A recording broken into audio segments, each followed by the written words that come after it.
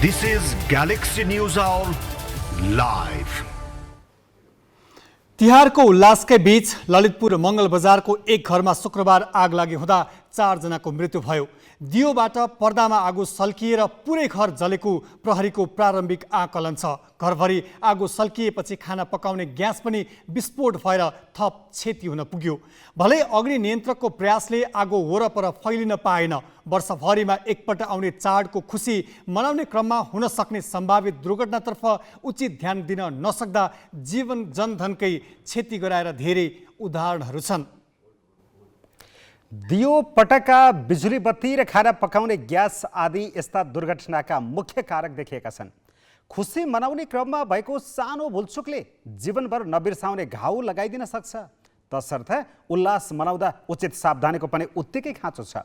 Galaxy news आवरमा आज देशभर भाइटिकाको उल्लासमा देखिएका अनेक रङहरू प्रस्तुत गर्नेछौँ। यस्तै राजनीतिक तहमा अर्ली इलेक्सनबारे चलिरहेको बहसको भित्री पाटो र नेताहरूका चुनाव केन्द्रित गतिविधिमा केन्द्रित हुनेछौँ।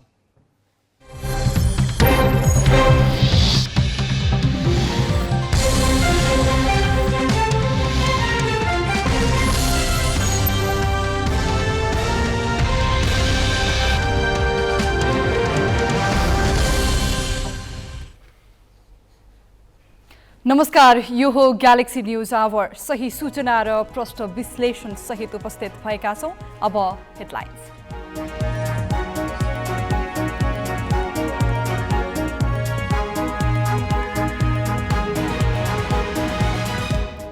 दिदी बहिनीद्वारा दाजुभाइको आरोग्यको कामना गरी मनाइयो भाइटिका। मिथिला क्षेत्रमा भरदुतियाको धुमधाम।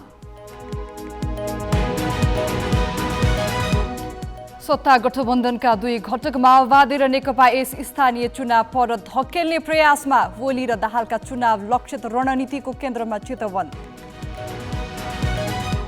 निकुञ्ज आसपासमा वन्य जन्तु र मानव बीचको द्वन्द्वले वर्षेनी क्षति। बर्दियामा 5 वर्षमा 229 जनामाथि जङ्गली जनावरको आक्रमण, 77 जनाको मृत्यु। सिएरा लियोनको राजधानी फ्रीटाउनमा इन्धन ट्र्याक्टर र लरी ठोकिएर भीषण विस्फोट, 90 जनाको घटनास्थलमै मृत्यु। र टी20 विश्वकप क्रिकेटमा अस्ट्रेलियाले वेस्ट इन्डिजलाई 8 विकेटले हरायो। इङ्ल्यान्ड र दक्षिण अफ्रिका बीचको खेल जारी।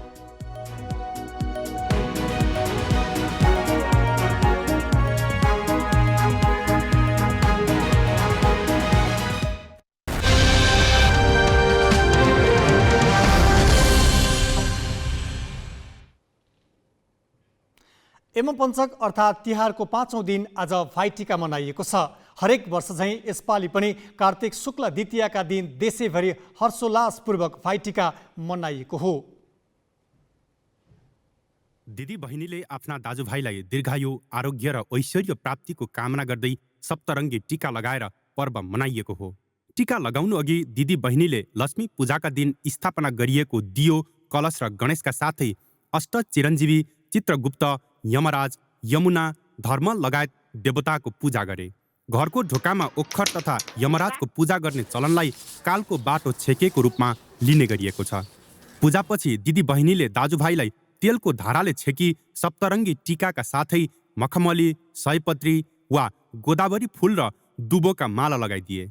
तिहार चाहिँ हामी सबै नेपालीको महान चाड हो। यो चाहिँ हामी सबै दाजुभाइ दिदीबहिनीहरू मिलेर हर्ष उल्लासका साथ मनाउँछौँ। यसमा चाहिँ पहिला लक्ष्मी पूजा गरेर अनि दाजुभाइलाई टिका लगाउँदाखेरि चाहिँ एकदम रमाइलो, एकदम दाजुभाइ दिदीबहिनीमा सद्भाव, मेलमिलाप हुन्छ। दाजुभाइले पनि दिदी बहिनीलाई पूजा गरी टीका लगाइदिएका छन्। दिदी बहिनीलाई पूजा गर्नाले सौभाग्य र ऐश्वर्य प्राप्त हुने शास्त्रीय मान्यता छ। टीका लगाइदिएपछि दिदी बहिनीले दाजुभाइलाई मसला, सेलरोटी लगायत खानेकुरा दिने र दाजुभाइले पनि दिदी बहिनीलाई गच्छे अनुसार उपहार र दक्षिणा दिई सम्मान प्रकट गरे। टीकाको उत्तम साइत बिहान 11:02 थियो। पोहोरको तिहार भन्दा यसपालि असाध्यै रमाइलो भयो। पोहोर अलिकति कोभिडको कारणले गर्दाखेरि हामीलाई मास्क लगाएर, सेनिटाइजर लगाएर अलिक डरको भावनाले आफ्नो नातादारसँग पनि के हुन्छ, कसो हुन्छ, कस्तो हुन्छ भन्ने डरै लाउनु परेको थियो। यसपालि आनन्दले, खुसीले दिदीबहिनी साथमा बसेर आनन्द हर्षका साथ रमाइलो गरेर मनाइयो। टीका लगाउने क्रम दिनभर जसो नै चल्यो। नेपाल पञ्चाङ्ग निर्णायक समितिले सूर्यास्त नहुन्जेल टीका लगाउन मिल्ने बताएको थियो। परापूर्व कालमा पृथ्वी लोकमा बस्ने बहिनी यमुनाले यमलोकमा बस्ने दाजु यमराजलाई विशेष सम्मान गर्दै भाइ पूजा गरेको र त्यही बेलादेखि भाइटीका सुरु भएको जनविश्वास छ। भाइटीका दिदी बहिनी र दाजुभाइको भेटघाटको अवसर समेत हो। उत्साहपूर्वक मनायौँ र राम्रो रमाइलो पनि भइरहेको छ। दाजुभाइहरू पनि देश विदेशबाट जम्मा हुनुभएको छ, भेला हुनुभएको छ है। यसको साथसाथै हामीले देउसी भैली पनि खेलेका छौँ। अहिले 2-3 वर्ष पछाडि गाउँमा आएर देउसी खेल्न पाउँदा धेरै रमाइलो लागेको छ। साथीभाइहरू भेट हुन पाएको छौँ। बाँचियो खुसीको एउटा खुसी त्यसै छँदैछ। अर्को खुसी शुभ दीपावली तिहार सबैभन्दा खुसीको चाड लाग्छ मलाई। दसैँभन्दा पनि तिहार रमाइलो लाग्छ। यसमा पनि देउसी खेलेर गाउँमा मादल बजाएर झ्याउरे गीत गाउँदै नाच्न पाउँदा ज्यादै धेरै खुसी छु म। राष्ट्रपति विद्यादेवी भण्डारीले भाइ डेगेन्द्र पाण्डेलाई शीतल निवासमा बोलाएर टीका लगाइदिन्। उनले भाइलाई मखमली र सयपत्री फुल तथा दुबोको माला लगाइदिएर सेलरोटी र मसला तथा उपहार दिन्।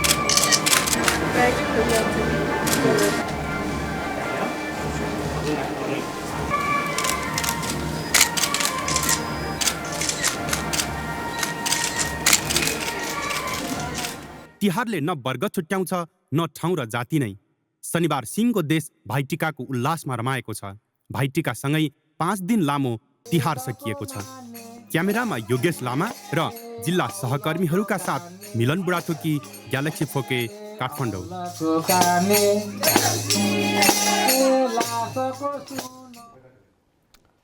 धनुषाको जनकपुर धाम सहित मिथिला क्षेत्रमा आज शनिबार धुमधामका साथ भरदुतिया पर्व मनाइएको छ।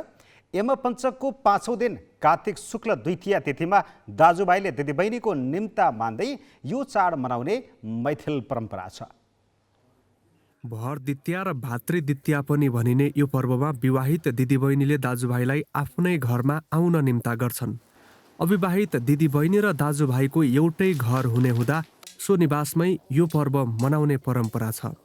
दिदीबहिनीले दाइ र भाइको दीर्घायुको कामनासहित भरद्वितीया पर्व मनाउने गरिन्छ। यो पर्वमा पान, सुपारी, अक्षता आदि भाइ र दाइको हातमा राखेर 3 पटकसम्म मन्त्र उच्चारण गर्दै दिदीबहिनीले मिष्ठान्न र फलफुल खुवाउने प्रचलन छ। यसमा हामीहरूले भाइको हातलाई पुज्ने गर्छौँ, जसमा हामीहरू पानको पात, औँक्री अनि कुम्हरको फुलहरू राखेर मन्त्र उच्चारण गरेर भाइको दीर्घायु अनि उत्तरोत्तर प्रगतिको लागि कामना गर्ने गर्छौँ।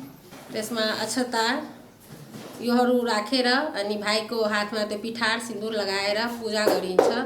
अनि त्यसपछि भाइलाई मिठाई खुवाइन्छ। अनि त्यो नजर उतार्नको लागि त्यो आरती पनि गरिन्छ कि भाइलाई नजर मतलब खराब दुष्ट प्रभाव कसैको नपरोस्। आज मिथिलाञ्चलमा चित्रगुप्ताको पनि पूजा आराधना गरिन्छ। कास्थ जातिको कुल देवता चित्रगुप्ता भएकाले आज कलम किताब लगायतका सामग्रीको पनि पूजा गरिन्छ। यस दिन कास्थ समुदाय पढ्ने लेख्ने काम नगरी चित्रगुप्तको पूजा गर्छन्। जनकपुर धामको देवीचोक, नगराइन, गुङ्गली लगायतका स्थानमा चित्रगुप्तको प्रतिमा स्थापना गरी पूजा गरिएको छ। चित्रगुप्त भन्नाले भगवान विष्णुमा मान्छेको कर्म के हो, कहाँ हो, कुन बेलामा राम्रो नराम्रो के गरेका छन् त्यसको एउटा अभिलेख राख्नको लागि जिन्दगीभरिका सम्पूर्ण अभिलेखको एउटा खाता बनाउन चित्रगुप्तलाई कायाबाट ब्रह्माले निकाल्नु भएको भगवान हो चित्रगुप्त भगवान। आजै तराई मधेसका महिलाले समूहगत रूपमा गोवर्धन पूजा पनि गरेका छन्। छठ पर्वको सुरुवात पनि यसै साथ भएको धार्मिक मान्यता छ। विभिन्न समूहमा जम्मा भएका महिला गीत गाएर गोवर्धन पूजा गर्ने गर्छन्। पछिल्ला वर्षमा मिथिलाका मूल बासिन्दा र यहाँ बसोबास गर्न आएका अन्य समुदाय बीच सांस्कृतिक घुलमिलसहित चाडबाड मनाउन थालिएको छ। घनश्याम मिश्र, ग्यालेक्सी फोके, जनकपुर। तिहार दिदीबहिनी र दाजुभाइको सम्बन्ध थप प्रगाढ बनाउने पर्व हो। एकले अर्कालाई टिका लगाइदिएर खुसी साट्ने गरिन्छ। तर सबैसँग दिदीबहिनी र दाजुभाइ हुन्छन् भन्ने छैन, नहुनेहरू पनि छन्। दिदीबहिनी नहुने दाजुभाइ र दाजुभाइ नहुने दिदीबहिनीहरूले पनि तिहार मनाएका छन्। उनीहरूको लागि भाइ टिका लगाउने थलो भने उही रानी पोखरी स्थित बालगोपालेश्वर मन्दिर हो।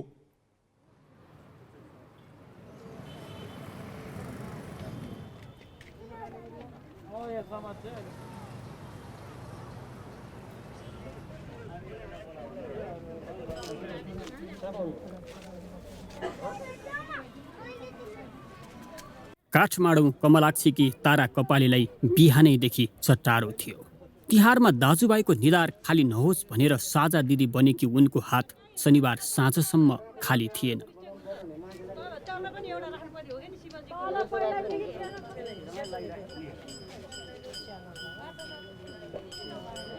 बालगोपालेश्वर मन्दिरको पेटीमा उनी निकै प्रफुल्लित देखिन्।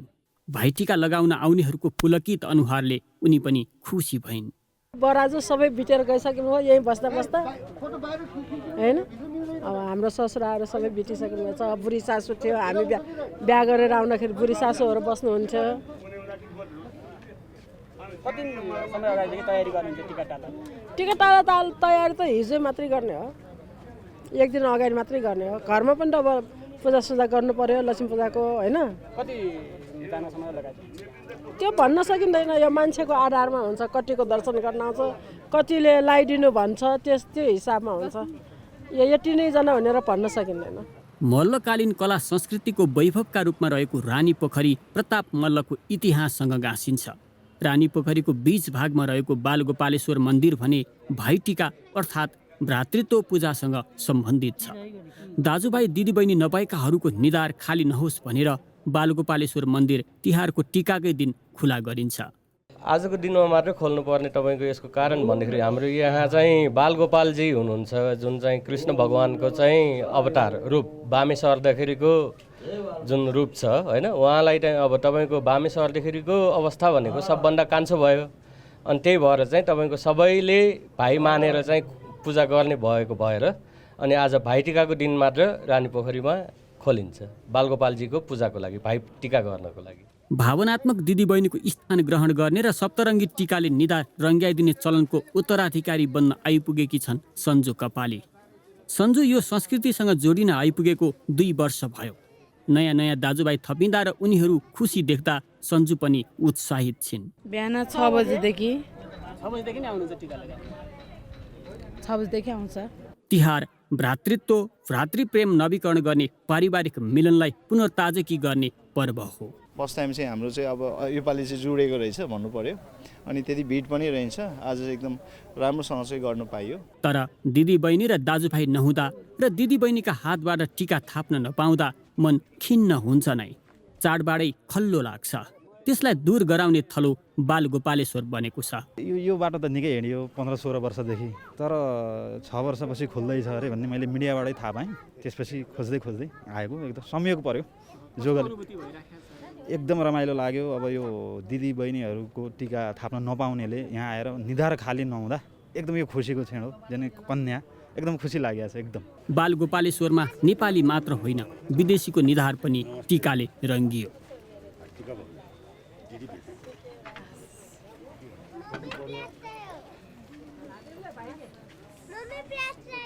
It's very nice. The decorations on the streets are very beautiful, and people are even nicer than usual. And I really enjoy the Tamil with all of the lights.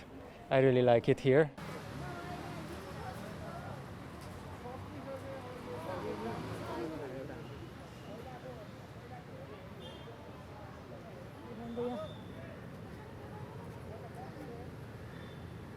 रगतको नाता मात्रै प्रगाढ हुँदैन, भावनाको सम्बन्ध पनि उत्तिकै बलशाली हुन्छ। बालगोपालेश्वर मन्दिरमा देखिएको हर्ष र उमङ्गले यही सन्देश दिन्छ। क्यामेरामा साधुराम लामिछानेका साथ अक्षर काका, ग्यालेक्सी फोके, काठमाडौँ। यस वर्ष कोरोना संक्रमण घटेसँगै देशभर हर्षोल्लासपूर्वक तिहार मनाइएको छ। यसैबीच भाइटिकाको अनुभव कस्तो रह्यो भनेर हामीले देशका विभिन्न भागमा सोधेका छौँ। हाम्रो खास गरी अघिल्लो वर्षको तिहारभन्दा यो वर्षको तिहार धेरै अर्थमा चाहिँ उल्लासमय भयो। यस वर्षको तिहारमा हामी भैलोहरू पनि खेलेका छौँ, टिकाहरू पनि हामी लगायौँ। वरपर सबै चाहिँ इष्टमित्रहरू जुटेका छन्, भैलोहरू भइरहेको छ। दर्जनौँ भैलोहरू अहिले चाहिँ घर आँगनहरूमा आइसकेका छन्। अहिले चाहिँ हर्षोल्लासका साथ चाडपर्व मनाउन पाइएको छ। सायद जनमानसमा खोप धेरै भएर हो कि र अर्को कुरा अलिकति मान्छेमा आत्मबल पनि अलिकति बलियो भएर होला अहिले चाहिँ जे भएको छ राम्रै भएको छ। चाडपर्व हामीले राम्रोसँग मान्न पाएका छौँ, यसमा हामी धेरै खुसी छौँ। यसपालि एकदम रमाइलो भइरहेछ। दाजुभाइसँग सँगै बसेर राम्रोसँग लाउनु पाइयो। पोहोरको साल कोरोनाले गर्दा लाउनु पाइएन, यसपालि राम्रै भयो। यसपालिको तिहार एकदम रमाइलो भयो। 2 वर्ष चाहिँ कोरोनाले गर्दाखेरि हार हो टेन्सन कति भयो। यसपालि त एकदम रमाइलोसँग मनाइयो, खुब खुसी लाग्यो। तिहार पर्व चाहिँ झिलिमिलीका साथ मनाउन सफल भयौँ र 2077 सालमा चाहिँ कोरोनाको कारणले गर्दाखेरि तिहार चाहिँ एकदम नरमाइलो, शुभकामना आदान प्रदान गर्न पाइएन, देउसी भैलो खेल्न पाइएन। यसमा चाहिँ अत्यन्त दुःख थियो। यसपालि त्यो दुःखको पीडामा मलम लाग्ने काम भएको देखिन्छ र सबैमा शुभकामना आदान प्रदान गर्न पाउँदा अत्यन्त हर्षित हुन सफल भएका छौँ। पोहोरको भन्दा यसपालि अलि राम्रो नै भयो। कोरोनाले पोहोर परार अलि उ भएको थियो, अब यसपालि चाहिँ कोरोना अलि उ भएर अब आफ्नो चेलीबेटीहरूसँग रमाइलो भयो। खुसी लागेको छ। पोहोर परार निकै सीमित एरियामा बस्नु पऱ्यो, आफ्नै घरमा सीमित भएर एकदम बस्नु पऱ्यो। अहिले चाहिँ बाहिर हिँड्न पाइयो, आफन्तकहाँ गएर टिका लगाउनु पाइयो, बाहिर हिँड्न पाइयो। एकदम खुसी लागेको छ। निकै हिन्दूहरूको महान चाड मनाउनु पाइयो, अहिले खुसी लागेको छ। पोहोर परार कोभिड थियो, टिका लगाउन पाइएन, बाहिर निक्लन पाइएन। अहिले आफ्ना दाजुभाइलाई सबलाई टिका लगाउँदाखेरि धेरै खुसी लागेको छ। चाडपर्व मनाउन पाइयो आफन्तसित बसेर। 2 वर्ष अगाडिको माहौल र अहिलेको माहौल धेरै फरक छ।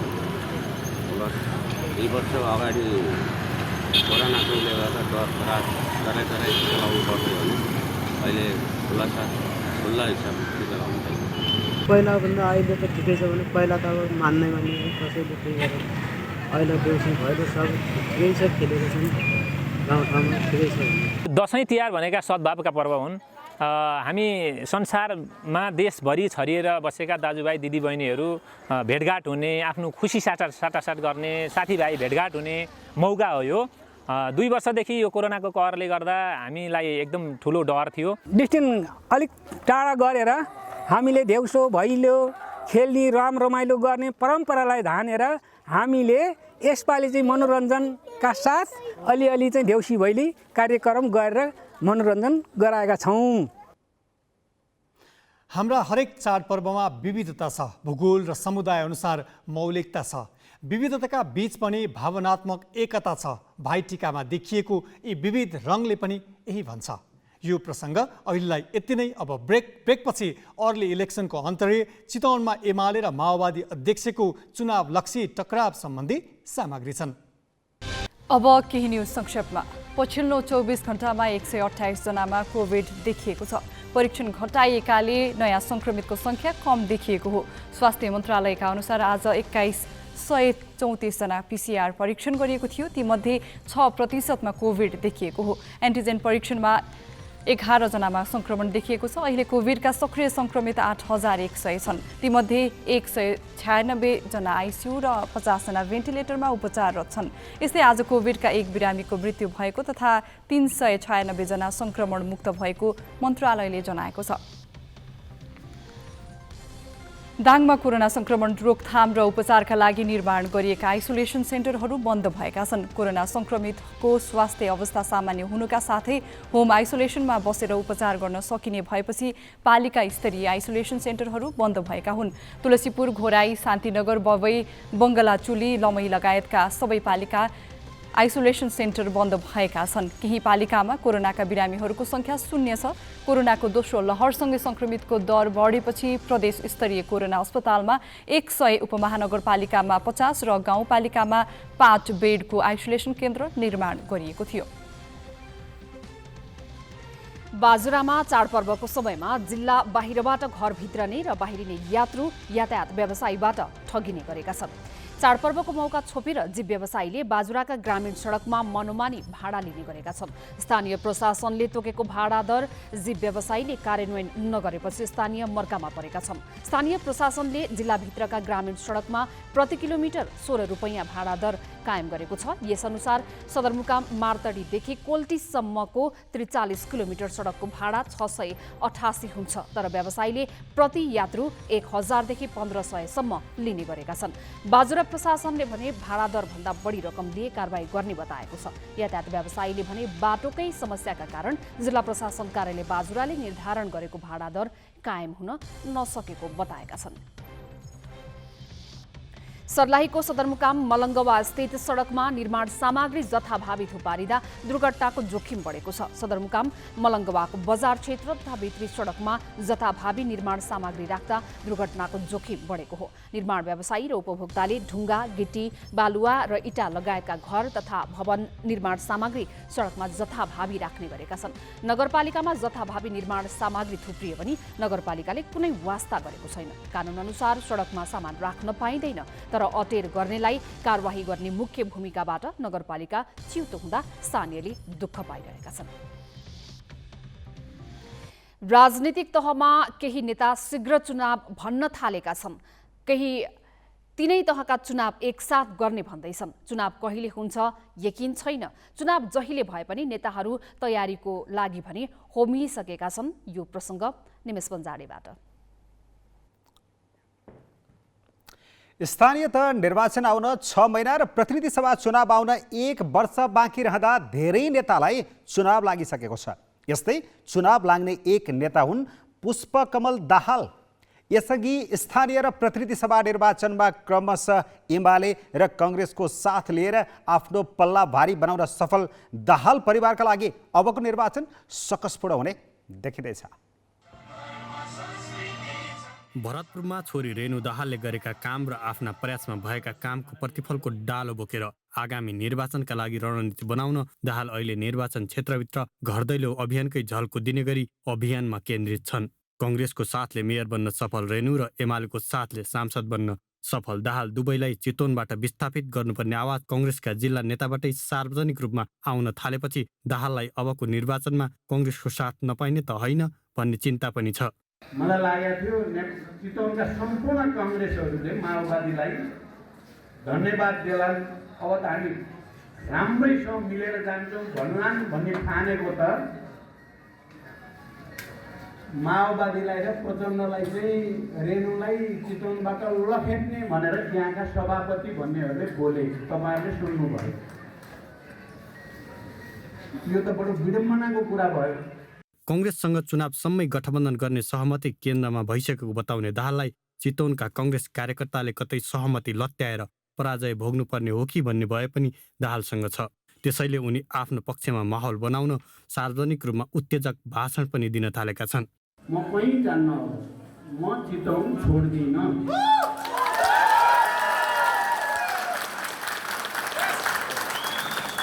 पहिलो कुरा, कोही भ्रम नहोस् र त्यो आत्मघाती या आत्मरति पनि केपी ओलीहरूले नगरे हुन्छ। म भाग्ने मान्छे हुँदै होइन।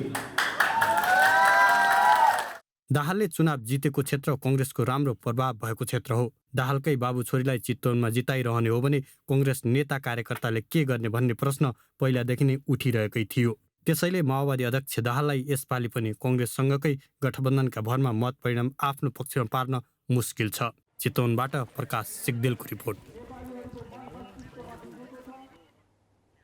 ढिलो चाँडो देश अब निर्वाचनमै होमिने देखिएको छ। राजनीतिक दल र तिनका नेताहरूका गतिविधिले पनि मुलुक निर्वाचनमा होमिन लागेको सङ्केत गर्छ। सबैभन्दा रोचक दृश्य चितवनमा देखिन थालेका छन्, जहाँ माओवादी अध्यक्ष पुष्पकमल दाहालले आफ्नो निर्वाचन क्षेत्र केन्द्रित गतिविधि बढाइरहेका छन् भने दाहाललाई धोकेबाज प्रमाणित गर्न सँगसँगै एमाले अध्यक्ष केपी शर्मा ओलीले सक्रियता बढाएका छन्।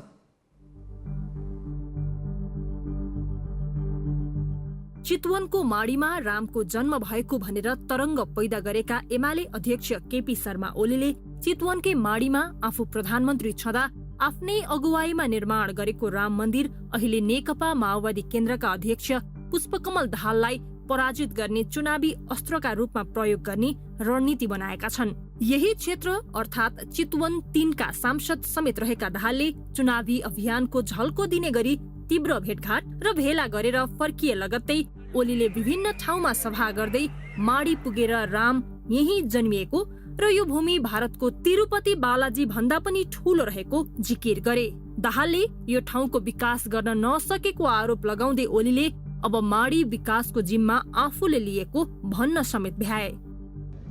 दाम बढ्यो, यहाँको दाम बढ्छ भन्ने कुरा अझ बढ्छ होइन, यहाँको दाम पछि काठमाडौँको जति हुन्छ, न्यू रोडको जति हुन्छ। यहाँको दाम समयक्रममा जब विकास हुन्छ। माडीमा बनेका 12वटा पक्की पुल, अरू बाटाघाटा र भौतिक पूर्वाधार निर्माण आफू प्रधानमन्त्री हुँदा नै भएको दावी गर्दै उनले माडी विकासमा दाहालको योगदान नभए पनि जस लिन खोजेको आरोप लगाए। माडी स्थित राम मन्दिर मात्र होइन, विकास निर्माणका अरू काममा पनि दाहाल र ओलीको राजनीतिक लडाई स्पष्ट देखिन थालेको छ। दुवै अध्यक्षले एकले अर्कालाई नालायक घोषणा गर्न यही भूमि प्रयोग गरेका छन्।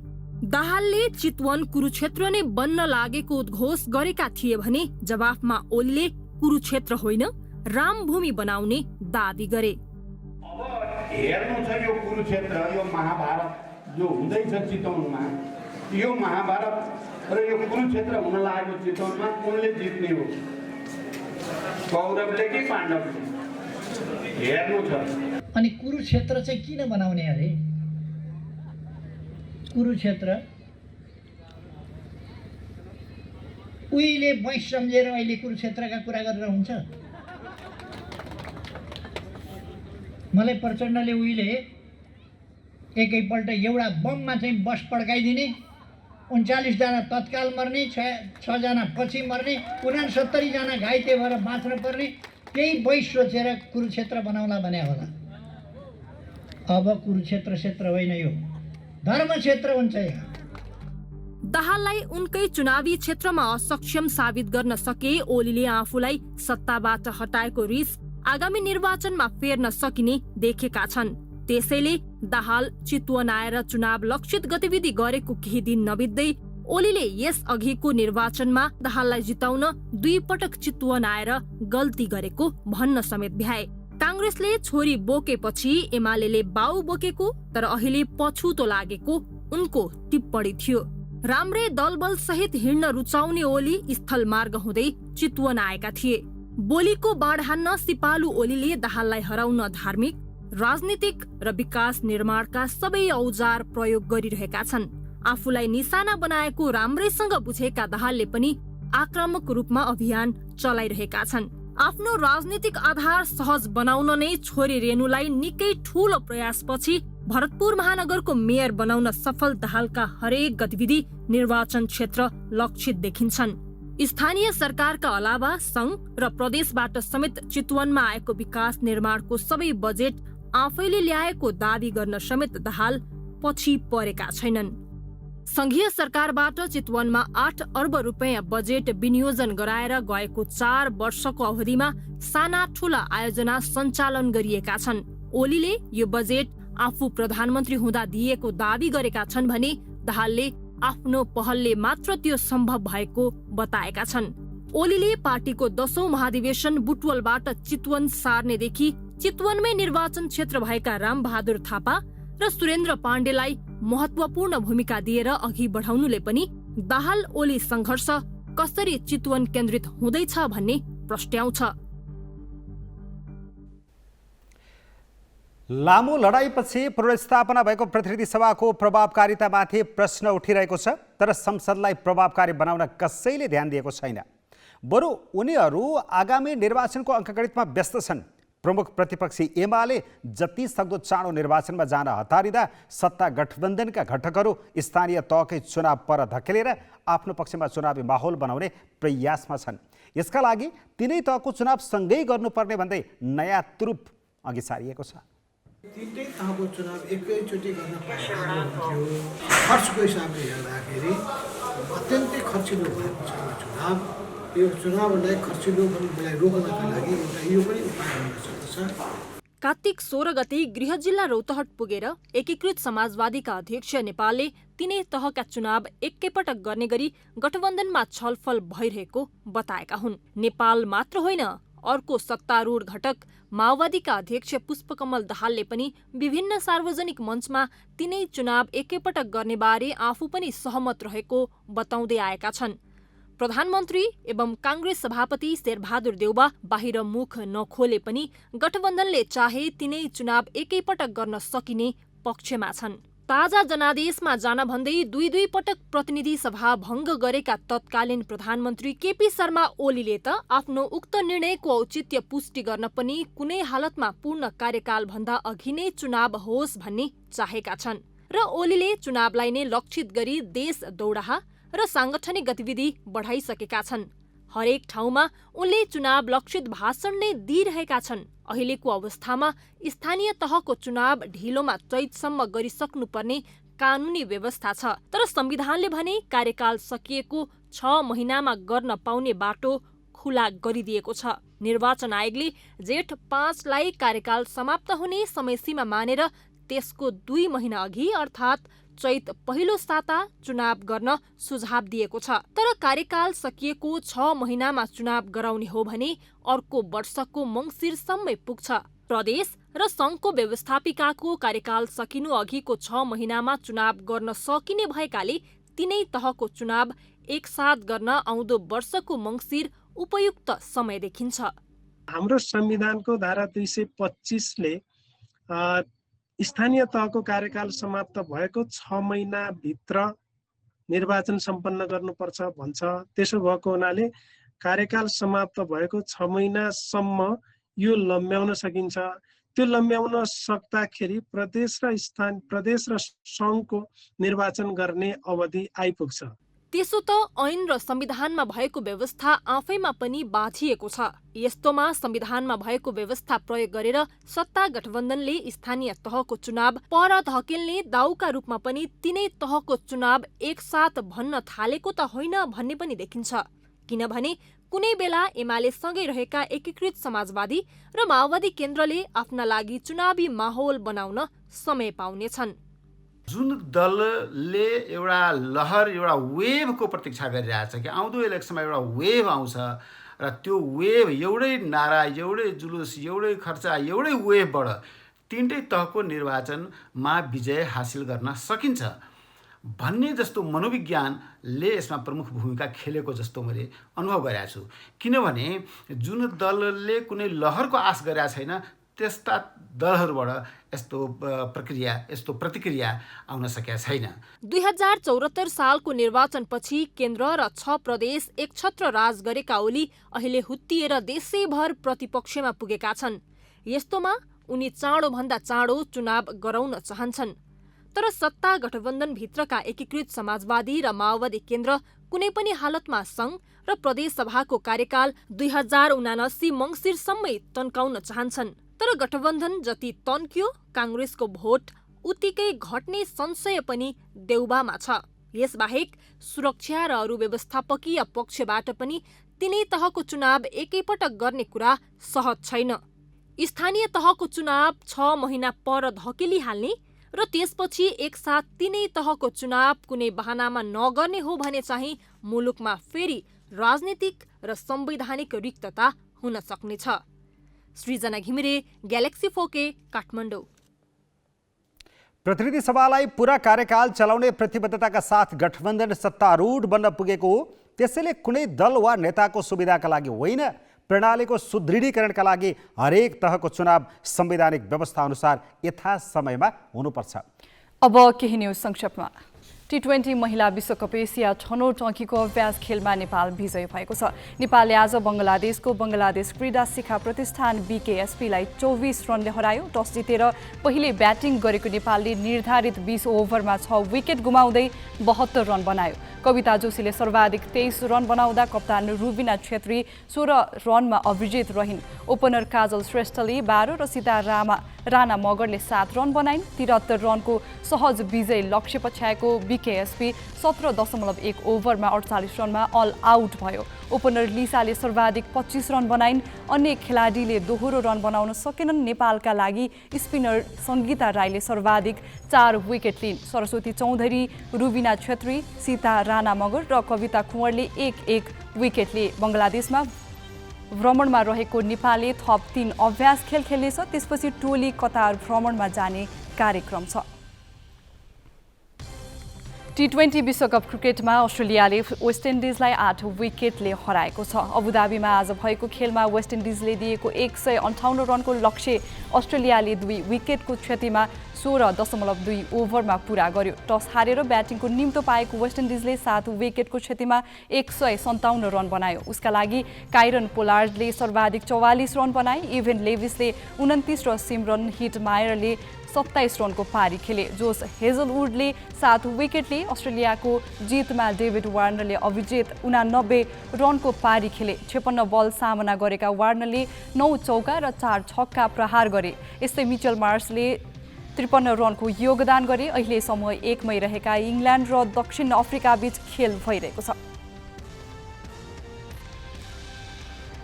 सिएरा लियोनको राजधानी फ्रीटाउनमा इन्धन ट्याङ्कर र लरी ठोकिएर भीषण विस्फोट भएको छ। विस्फोटमा परि कम्तीमा 90 जनाको मृत्यु भएको छ। बीबीसीका अनुसार आगलागी हुनुअघि इन्धन पोखिएको थियो। त्यसपछि भएको आगलागी र विस्फोटमा परि 100 भन्दा बढी मानिस घाइते भएका छन्।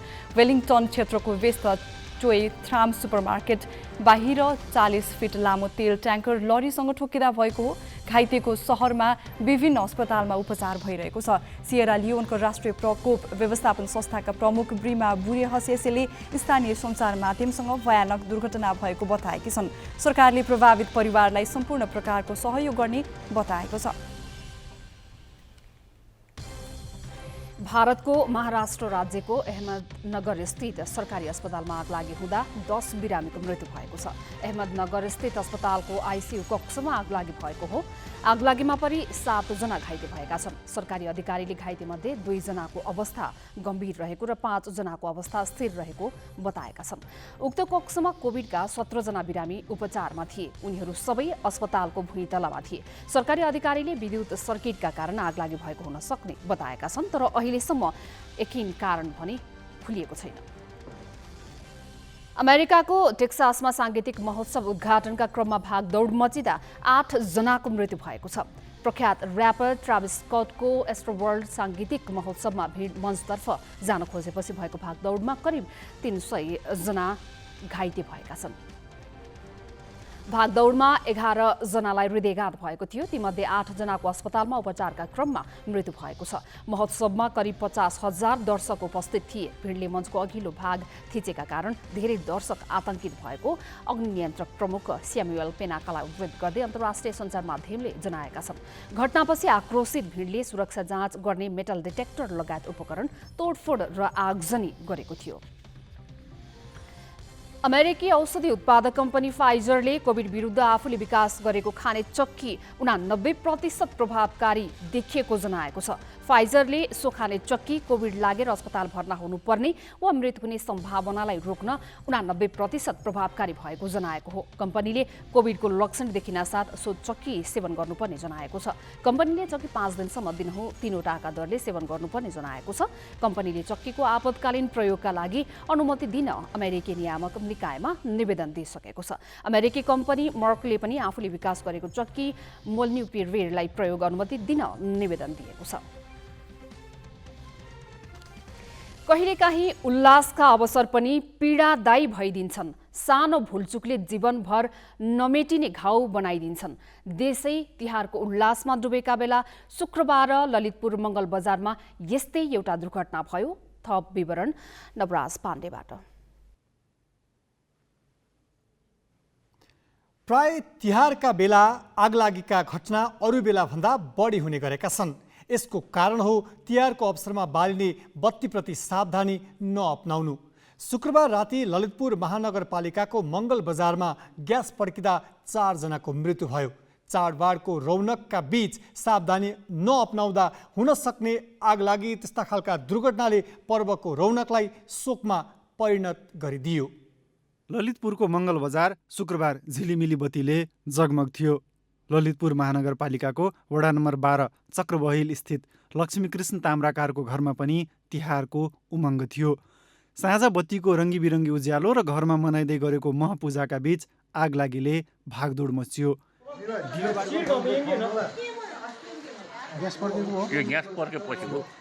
दियोबाट सल्किएर आगलागी भएपछि ग्यास सिलिन्डर विस्फोट भयो। आगलागी र विस्फोटमा परि 4 जनाको मृत्यु भयो। घटनास्थल पुगेका अग्नि नियन्त्रकका अनुसार दियोबाट सल्केको आगोले त्यति ठुलो विपत्ति आइलागेको थियो। पहिलो सुन्न आएको चाहिँ हाम्रो चाहिँ उहाँले दियो बालेर राख्नुभएको, दियोबाट चाहिँ पर्दामा भेटेर आगो सल्किएर छ हैन, त्यहाँ सुन्न आएकोमा चाहिँ। अनि त्यो आगो सल्किँदै जाँदाखेरि माथिल्लो तलामा चाहिँ उहाँहरू पूजा गर्न सुरु गर्नुभएको छ। तल्लो तलामा चाहिँ उहाँले बालेको दियोले चाहिँ तपाईँको चाहिँ पर्दा भेटेछ। पर्दा भेटेर चाहिँ आगो सल्किएर जाँदाखेरि 2 व्यक्ति चाहिँ हामी फाले तल झर्नुभएको छ। अनि 4 जना व्यक्ति चाहिँ माथिल्लो तलामा पर्नुभयो। उहाँहरू 3 गुम्सिनु भएछ क्या, भाग्ने ठाउँ उहाँले पाउनु भएन। तिहारका बेला पटाका, दियो, विद्युतीय बत्ती, मैनबत्ती लगायतबाट आगो सल्किँदा वर्षेनी आगलागीका घटना हुने गरेका छन्।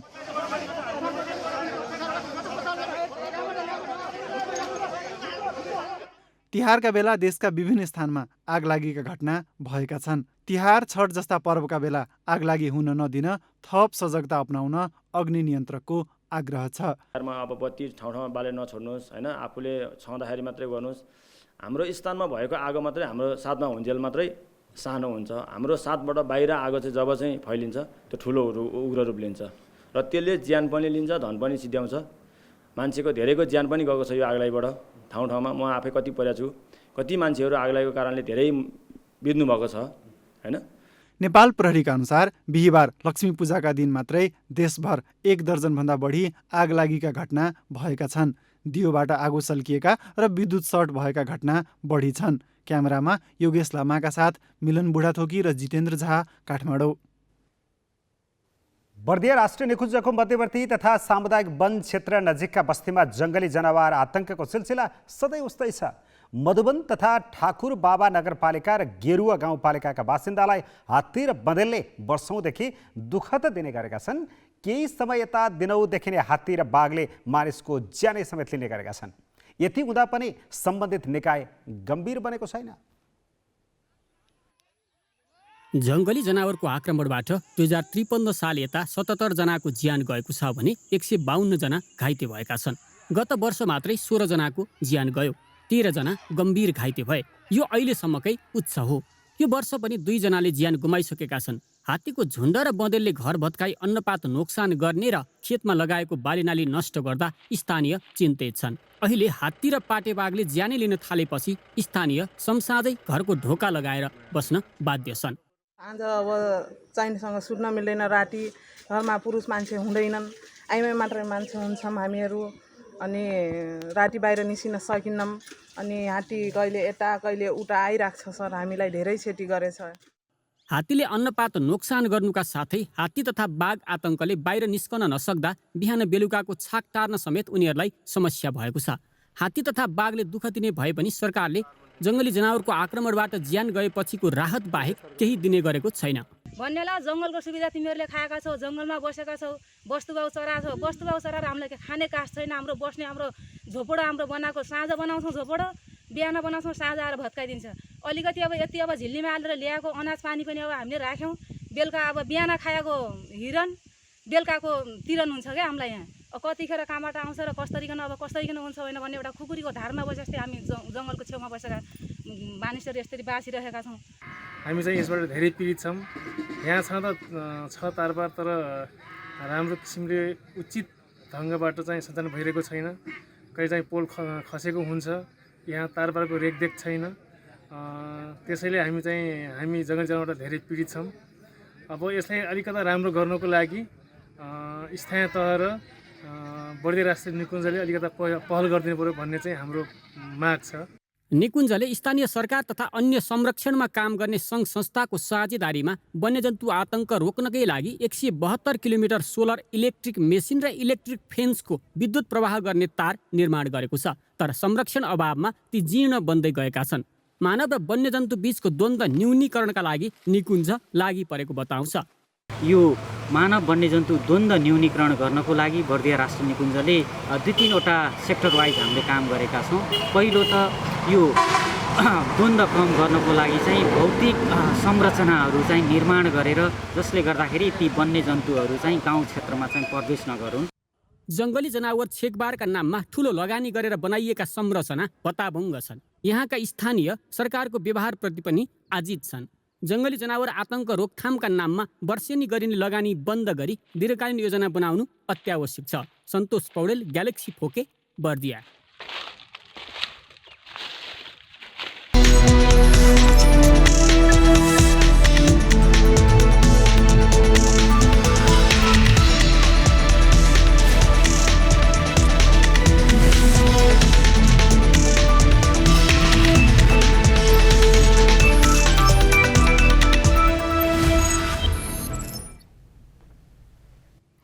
खेलाडीलाई विभिन्न उपमा दिइन्छ। कसैले देशका गहना भन्छन् त कसैले देशकै परिचय। खेलाडीले देशलाई चिनाउँछन्, देशको प्रतिष्ठा बढाउँछन्, तर तिनै खेलाडीको जीवनयापनका बारेमा राज्यले खासै चासो दिएको पाइँदैन। प्रतियोगिता विशेषमा गरिने घोषणा समेत घोषणामै सीमित हुन्छन्। खेलाडीका पीडा अनेक छन्। खेलेरै जीवनयापन गर्न नसकेर कतिपय खेलाडीले खेल क्षेत्रबाटै हात धोएका छन्। 2 पटकका राष्ट्रिय table tennis champion Rabindra Shakya हिजो आज टेबल टेनिस कोर्टमा होइन, पाटन दरबार स्क्वायर नजिकैको एउटा पसलमा भेटिन्छन्।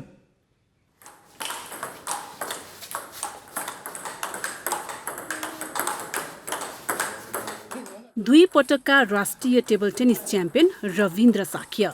जीवनको 18 वर्ष उनले टेबल टेनिसलाई दिए, तर अहिले उनको पाइला मोडिएको छ। उनको हात टेबल टेनिसको ब्याट र बलसँग नभई थरीथरीका चियापत्तीका प्याकेटसँग जुधिरहेका छन्। ब्याट, बल र बोर्डको मोहले उनलाई 18 वर्ष लट्ठायो। खेलाडीको परिचय पनि दियो, तर दिन सकेन जीवन जिउने माध्यम। त्यसैले अहिले उनको परिचय फेरिएको छ। उनी पाटन दरबार स्क्वायर नजिकै चियापत्ती बेच्दैछन्। परिचय बदलिनु उनको रहर होइन, बाध्यता थियो। खेलकुदमा मैले चाहिँ नि 18 वर्ष जति बिताएँ होइन। अब यो खेलेर चाहिँ नि मैले भन्नुपर्दाखेरि केही पनि पाएन। त्यही 2टा गोल्ड मेडल हो, साथमा 2टा मेडल र अनि गोर्खा दक्षिण भाउ। त्यसपछि मैले यो जीवन गुजारा गर्ने चाहिँ केही पनि पाएन। त्यसले गर्दा नि मैले यो छोड्नुपर्ने चाहिँ नि बाध्यता भएको। अन्तर्राष्ट्रिय प्रतियोगिता सहभागितामा पनि उनी अभागी रहे। दक्षिण एसियाली खेलकुद त खेले, तर 2 पटक छनौट भएर पनि विश्व टेबल टेनिस च्याम्पियनसिप खेल्ने मौका छुरेन। व्यवस्थापकको विवाद र भिसाको कारण उनको विश्व च्याम्पियनसिप घुम्यो। 18 वर्ष खेल्दा उनले पाएको र जोडेको सम्पत्ति 2 स्वर्ण र खेलाडीको परिचय मात्र हो। आर्थिक सहयोग नपाउनु र टेबल टेनिसमा जोडिएर जीवन चलाउन नसक्ने तीतो यथार्थ स्वीकार्दै उनले टेबल टेनिस छोड्ने कठोर निर्णय गरे। भौतिक रूपमा खेलकुदबाट टाढा भए, तर मानसिक रूपमा टाढा हुन उनलाई त्यति सजिलो थिएन। तर बढ्दो उमेर र आर्थिक अभावका कारण उनी पुनः खेलमा फर्कन सकेनन्। खेल छोडेपछि परिवार थान्न टुरिस्ट गाइड बने। होटल पनि खोले, तर होटल व्यवसायमा असफल भएपछि चियापत्तीको पसलले जीवन उकास्यो। भविष्य नै देखेन कि यो खेलको उसमा लगाएर। खेलबाट केही नहुने भएपछि त फ्रस्ट्रेसन त हो नि। अब अर्को ट्र्याकमा जाँदाखेरि मैले कति फेरि मिहिनेत गर्नु पर्यो होइन, 0 देखि मिहिनेत गर्नु पर्यो। पहिलाको भन्दा अहिले जुन छोडेर नै म एकदम खुसी छु कि सायद चाहिँ नि अब म त्यो खेलकुदमै लागेर भए चाहिँ सायद यति चाहिँ नि उपलब्धि मेरो हुँदैन थियो होला। रविन्द्र त एक प्रतिनिधि पात्र मात्र हुन्। उनको स्थितिबाट अधिकांश खेलाडी गुज्रिएका छन्। खेलेर जीवन धान्ने औनामा गन्न सकिने खेलाडी मात्र छन्। अधिकांश खेलाडीले खेलेर जीवन चलाउन सकेका छैनन्। खेलपछि अन्य काम, व्यवसाय वा विदेशिनु नेपाली खेलाडीको नियति हो। विभागीय टिमसँग आबद्ध तथा फुटबल र क्रिकेट राष्ट्रिय खेलाडीले मात्र मासिक तलब पाउँछन्। मासिक तलब पाउनेले पनि के कति पाउँछन् त्यो छुट्टै बहसको विषय हो। निश्चित समयसम्म खेलेर उच्च फर्ममा रहँदै विदेशिएका खेलाडीको फेरिस्ता लामो छ। घर परिवार पनि पाल्नै पर्यो र लाइफलाई अगाडि बढाउनै पर्यो। त्यति बेला कसैले हामीलाई सर्जरीको लागि सहयोग गरिदिएको भए, संस्थाले, क्लबले, गभर्मेन्टले होइन मैले साथ पाएर सर्जरी हुन्थ्यो भने सायद म अझै पनि नेपालमै हुन्थ्यो होला। नेपाली खेलकुदमा यो नौलो विषय होइन, यस्ता विषय बारम्बार उठ्छ। न्यूज त हजारौं बने होला। सबैलाई यो विषय अवगत हुँदा लाग्छ खेलकुद हाँक्ने निकाय मात्र बेखबर छ वा बेखबर भए जस्तै नाटक गरिरहेको छ। तर तितो यथार्थ यही हो, हिजो पनि खेलाडीको भविष्य थिएन, आज पनि छैन। न त खेलाडी विदेशिने क्रम नै रोकिएको छ। अब ग्यालेक्सी वेदर।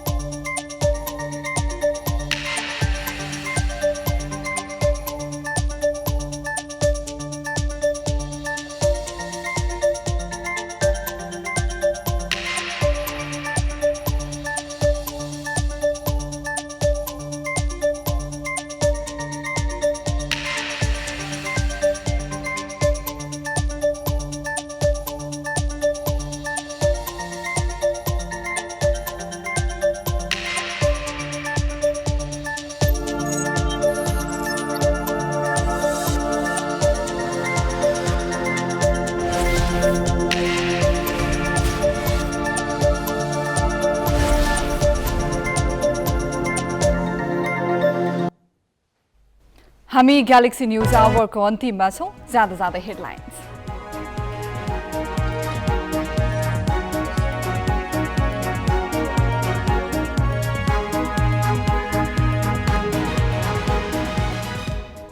दिदी बहिनीद्वारा दाजुभाइको आरोग्यको कामना गरी मनाइयो भाइटिका। मिथिला क्षेत्रमा भारदुतियाको धुमधाम। सत्ता गठबन्धनका दुई घटक माओवादी र नेकपा यस स्थानीय चुनाव पर धकेल्ने प्रयासमा। ओली र दाहालका चुनाव लक्षित रणनीतिको केन्द्रमा चितवन। निकुञ्ज आसपासमा वन्यजन्तु र मानव बीचको द्वन्द्वले वर्षेनी क्षति। बर्दियामा 5 वर्षमा 229 जनामाथि जङ्गली जनावरको आक्रमण, 77 जनाको मृत्यु।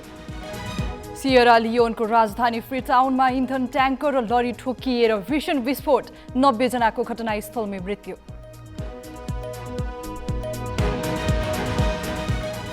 र अस्ट्रेलिया टी20 विश्वकप क्रिकेटमा अस्ट्रेलियाले वेस्ट इन्डिजलाई 8 विकेटले हरायो। इङ्ल्यान्ड र दक्षिण अफ्रिका बीचको खेल जारी।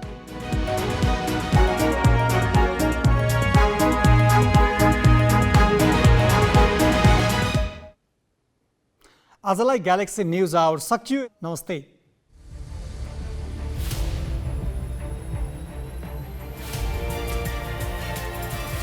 This is Galaxy News Hour Live.